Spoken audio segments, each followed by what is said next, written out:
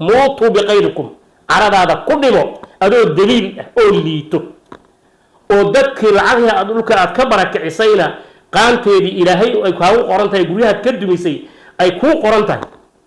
wax aad ka faa'iideyna aysan jirin baad yaad helaysaa insha Allah xilna kama heli doontid xukunna kama heli doontid xoolihina waa ku dhaafeen dambigeedina waa ku qoran tahay adiga san kugu bishaaraynaya xasan sheekh baa ayada loo soo jiiday asaga sabab u ah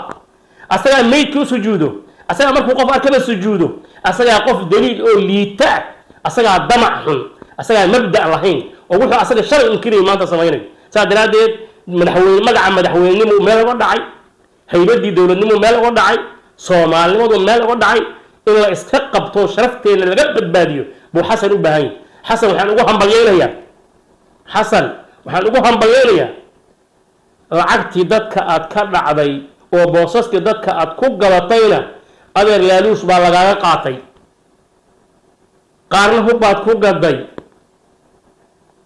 waxa aad rabtana waad waayi biidnillah ku bishaarayso mootuu biqayrikum caradaada ku dhimo adoo daliil oo liito oo dadkii lacagha adulka aad ka barakicisayna qaanteedii ilaahay ay kaagu qorantahay guriyaha ka dumisay ay ku qorantahay wax aad ka faa'iideyna aysan jirin baad yaad helaysaa insha Allah xilna kama heli doontid xukunna kama heli doontid xoolihina waa ku dhaafeen dambigeedina waa ku qoran tahay adiga san kugu bishaaraynaya waxaan rabaa inaan hal sheego masaarida xasan daba taagan oo ogna oo hubka lagu dhax qaybinayso waxaan leenahay masarey horaan kuugu sheegnay haddaad cid wax tarayso rahbaa la yiraahdo biyo lagu cayila markaasuu tafay ka fiiriyo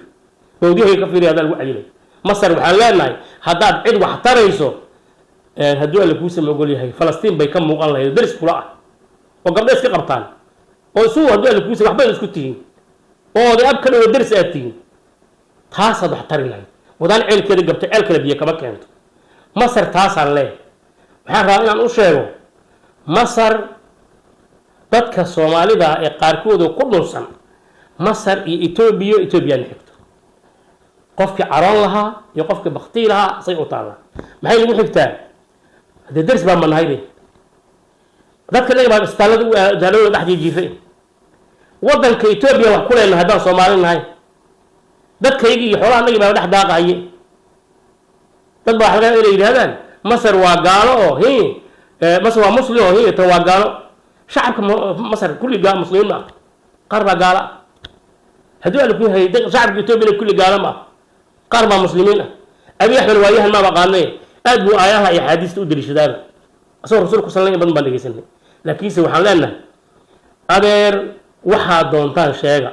ma doonayno khaasatan koonfur galbeed iyo meesha la yiraahdo Jubbaland adeer nooma sinidin waad mahadsantii